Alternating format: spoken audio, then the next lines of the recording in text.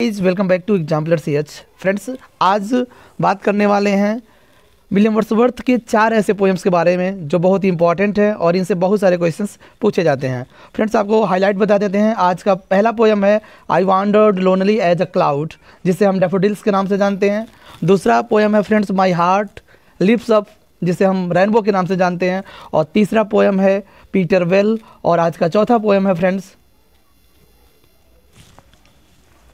Scorn not the sonnet, जिसे the sonnet upon the sonnet भी बोलते हैं। आइए शुरू करते हैं। Question number 1, I wandered lonely as a cloud daffodils is Wordsworth's poem. Done. It is compose in 1802 and published in 1807। Friends, आपको बताते हैं 1802 में इस कविता का कंपोज किया गया था और इसका पब्लिकेशन जो डेट है वो 1807 है। Done. It follows Wordsworth theory of poetry. कह रहे हैं कि यह जो पोएम है फ्रेंड्स वह विलियम वर्ड्सवर्थ की जो थियरी ऑफ पोएट्री है ना, इसका यह अनुसरण करता है। It is based on actual observation and experience. ये कह रहे हैं कि एक जो ऑब्जर्वेशन होता है, यानी एक वास्तविक ऑब्जर्वेशन और उनके अनुभवों पर आधारित यह पोएम है। ठीक है, बढ़ते हैं आगे। कह रहे हैं the poet वांडर्स alone like a path of cloud, patch of cloud. कह रहा है कि the poet वांडर्स alone like a patch of clouds, जैसे बादलों का झुंड जो समूह है ना उमड़ता रहता है, ठीक उसी तरीके से पोएट भी अकेले घूम रहा है। ठीक है। Then he sees a large number of daffodils, और अचानक से वह क्या देखता है, a large number of daffodils, यानी फूल जो होते हैं डैफोडिल्स के, उनको बड़ी मात्रा में देखता है। कहाँ? तो by the side of the Ullswater lake. Ullswater lake आपको ध्यान रखना होगा, क्योंकि इसी लेक में, इसी झील में कभी जो है उन डैफोडिल्स के फूल को देखता है। चलिए बढ़ते हैं आगे। कह रहे हैं these flowers look like the stars. बता रहे हैं कि जिस तरह से नक्षत्र में नक्षत्रशाला दिखाई देता है, एक्चुअली नक्षत्रशाला में जिस तरह से नक्षत्र दिखाई देते हैं, ठीक उसी तरीके से इस उल्स वाटर लेक में क्या है, फ्लावर्स दिखाई दे रहे हैं। That shine constantly in the sky in the form of Milky Way. जो मिल्की वे में आप देखे होंगे फ्रेंड्स, जो सितारों का जो चमक होता है, ठीक उसी तरीके से इस ओके, तो मिल्की वे में जिस तरह से फ्रेंड्स सितारे दिखाई देते हैं, ठीक उसी तरीके से उल्स वाटर लेक में डैफोडिल्स के फूल दिखाई दे रहे हैं। ठीक है, बढ़ते हैं आगे। The waves of the lake dance. क्या कह रहा है? The waves of the lake, यानी झीलों का जो लहरें हैं ना फ्रेंड्स, वह नाचते हैं side by side with the daffodils. यानी जिस तरह से उस लेक के जो झील है ना, झील के जो लहरें नाचती हैं, ठीक उसी तरह से डैफोडिल्स फूल भी लहरा रहे हैं, ऐसा पोएट को दिखाई दे रहा है। He seize them continuously and preserve the memory. कह रहा है कि लगातार उनके हरकतों को, उनके डांसेस को पोएट देखता है और प्रिजर्व मन सुरक्षित रखता है द मेमोरी मीन्स इस याद को। ठीक है, आगे बढ़ते हैं। The site of the daffodils is imprinted on his mind. और कह रहा है कि जो डैफोडिल्स का साइट है फ्रेंड्स, जो दृश्य है ना, वो पोएट के दिमाग में छपते जा रहा है। डन। चलिए आगे बढ़ते हैं। When he lies in a vacant or impensive mood, कह रहा है जब वह उसका मन खाली सा लगता है और बहुत ही इम्पेंसिव मूड मतलब होता है बहुत ही निराश दिखता है पोएट, तब क्या करता है, तो he recalls the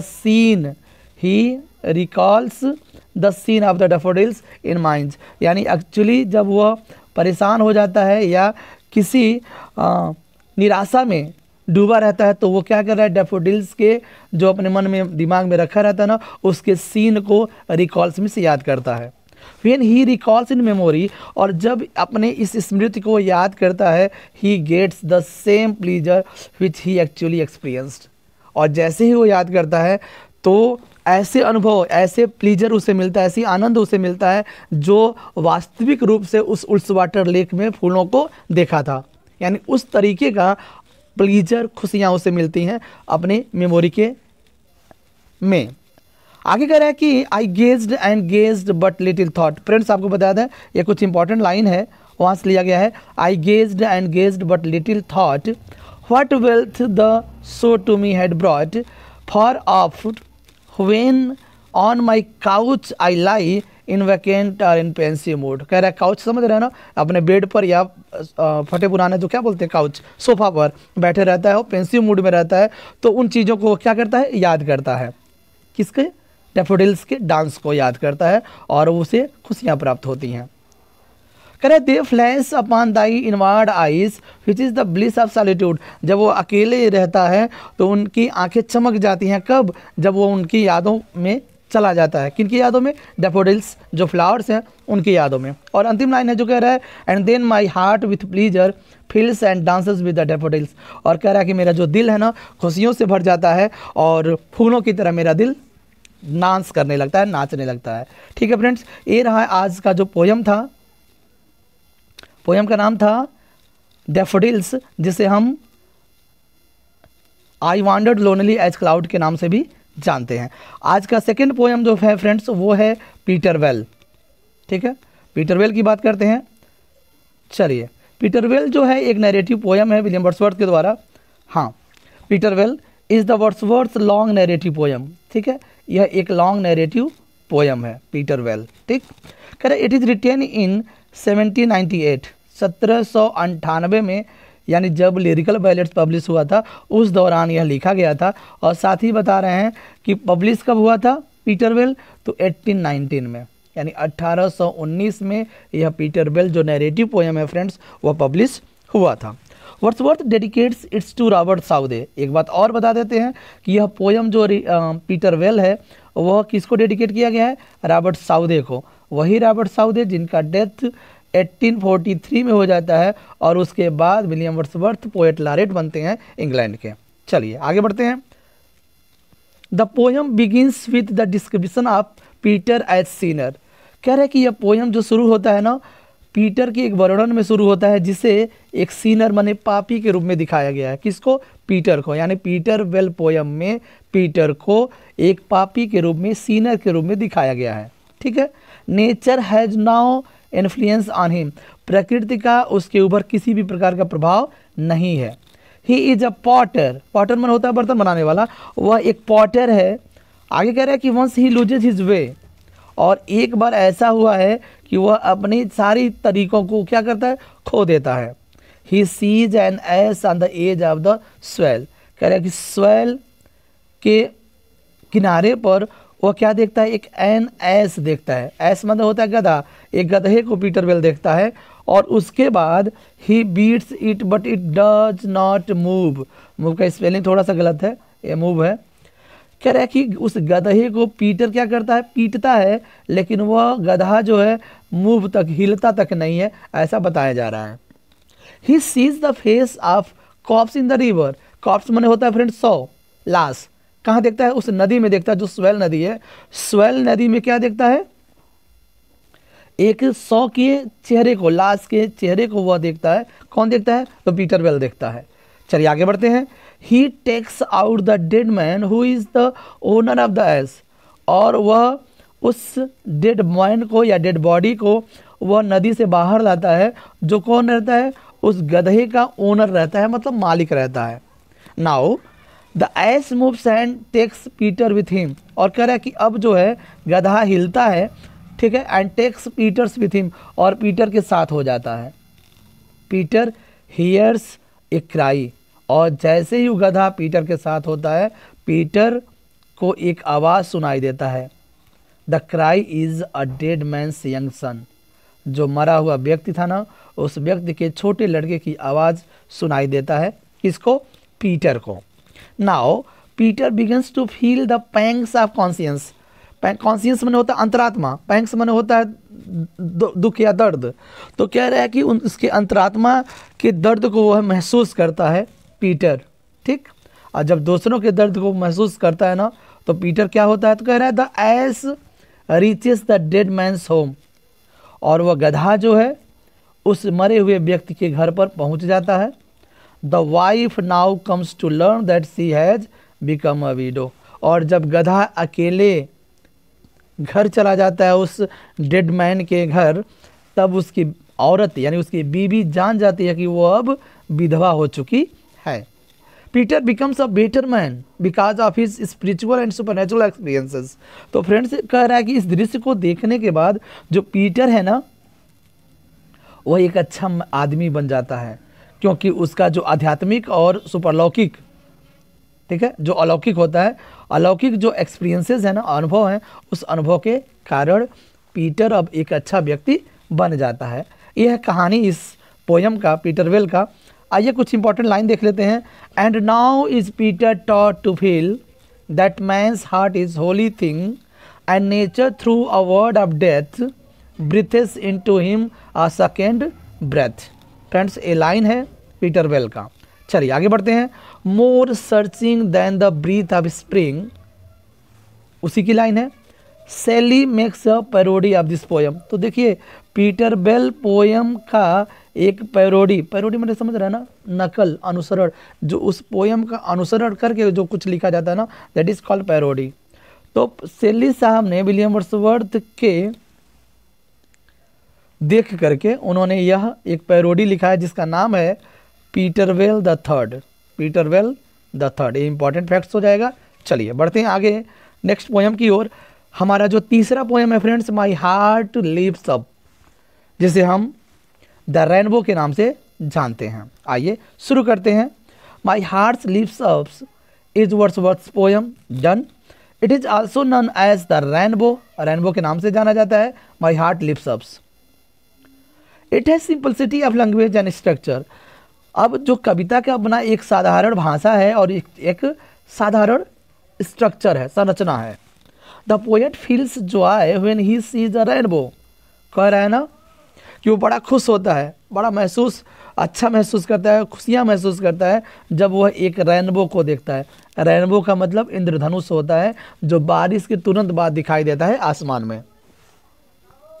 He has felt such joy since his childhood, और कह रहा है कि ऐसी खुशियाँ वो अपने बचपन में मिला करता था जो आज मिल रहा है। The joy leads him to realize that the child is the father of man। ये लाइन ध्यान रखिएगा, विलियम वर्ड्सवर्थ ने इस लाइन को बोला है, The child is the father of man, my heart lives up। The rainbow poem में यह लाइन लिया गया है, ध्यान रखिएगा। It is written on the night of March 26, 1802। 26 March 1802 में यह पोयम की रात, यानी 26 मार्च 1802 की रात को यह पोयम लिखा गया है।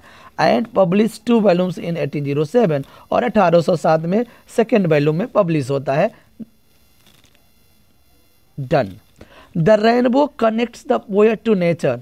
अब कह रहा है द रेनबो है ना, वो क्या करता है, पोएट की प्रकृति को कनेक्ट करता है, पोएट टू नेचर, यानी जो क्या है, इंद्रधनुष है ना फ्रेंड्स, वह पोएट और नेचर को जोड़ने का काम करता है, क्योंकि हम निहारते कहाँ हैं, आसमान में, और आसमान और पोएट दोनों को मिला करके कह रहा है कि वह प्रकृति से जोड़ता है, ऐसा रेनबो बोल रहा है। चलिए, William Blake does not find the use of natural PT proper.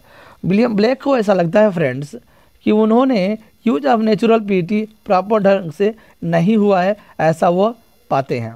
यानी कह रहा है William Blake does not find the use of natural PT proper, यानी अच्छे तरीके से हुआ है यूज, ऐसा वो नहीं पाते हैं। कौन? William Blake. किसको बोल रहे हैं? विलियम वर्ड्सवर्थ के पोयम को। लाइन देख लेते हैं।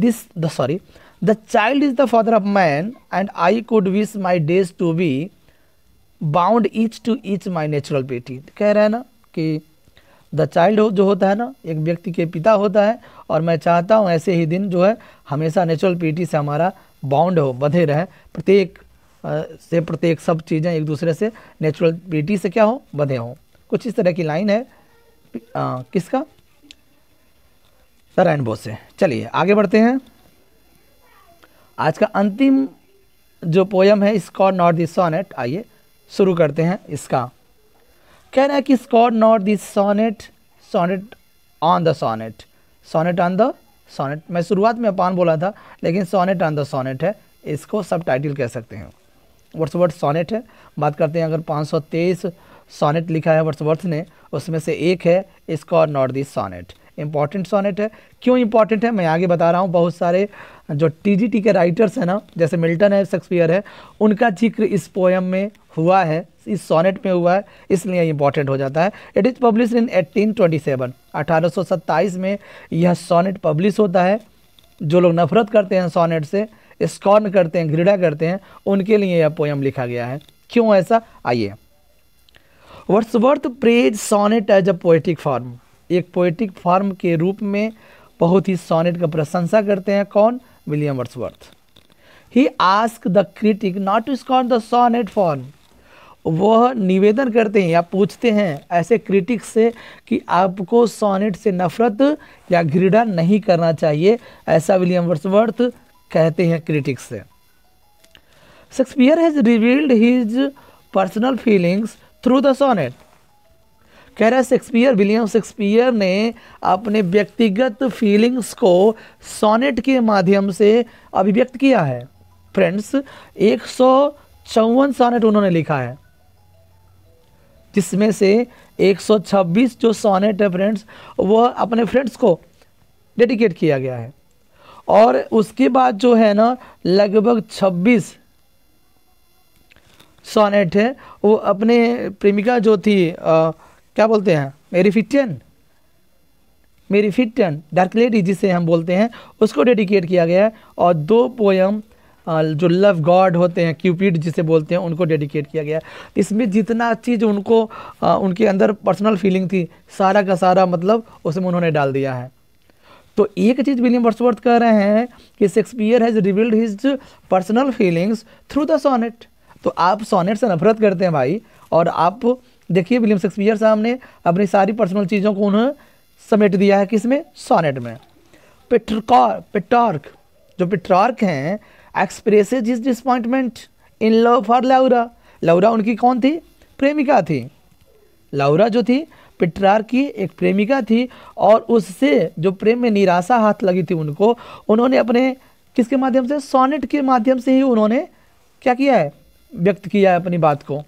एक चीज़ तो एक शेक्सपियर की बात हो गया, दूसरा पेट्रार्क हो गए। आइए बढ़ते हैं, और किसके बारे में उन्होंने जिक्र किया है। ही आल्सो मेंशंस, किसको प्रकाशित किया है, टासो को, फिर कैमोएंस को, दांते को, एडमंड डिस्पेंसर को, जॉन मिल्टन को, who take sonnet as a forceful medium of expression, जिन्होंने सोनेट को ही एक अपना फोर्सफुल मतलब प्रबल माध्यम चूज किया अपनी बातों को अभिव्यक्त करने के लिए। फ्रेंड्स तो इम्पॉर्टेंट तो है, स्कॉर नॉट द सोनेट। चलिए आगे बढ़ते हैं। कह रहे थे sonnet is remarkable for its compactness, कह रहे कि सघनता, कम्पैक्टनेस मतलब होता है सघनता, इसकी सघनता के लिए, यानी सोनेट की सघनता के लिए बहुत ही क्या है, एक उल्लेखनीय चीज़ है। बहुत सारे लोग सोनेट लिखते हैं। चलिए, this poem has become history of the sonnet in miniature, और कह रहे हैं कि सूक्ष्म रूप में सोनेट का जो इतिहास है ना वो अब बन चुका है। यह पोयम जो है एक तरह से इतिहास में तब्दील हो चुका है। इसलिए कह रहा है उन क्रिटिक्स से कि भाई आप लोग सोनेट से नफरत मत करिए, क्योंकि सभी लोग, बहुत सारे ऐसे राइटर पोएट्स हैं जिनको यही सूझा है, क्या, सोनेट ही सूझा है अपनी बातों को रखने के लिए, व्यक्त करने के लिए। आइए और देख लेते हैं क्या लाइन है। With the key Shakespeare unlock his heart, ये इंपॉर्टेंट लाइन है, ध्यान रखिएगा। शेक्सपियर अनलॉक हिज हार्ट, अपने दिल की बातों को खोला है, अनलॉक किया है, किसके माध्यम से, सोनेट के माध्यम से। फेन अ डैम्प, डैम्प में होता है गीला हो जाना।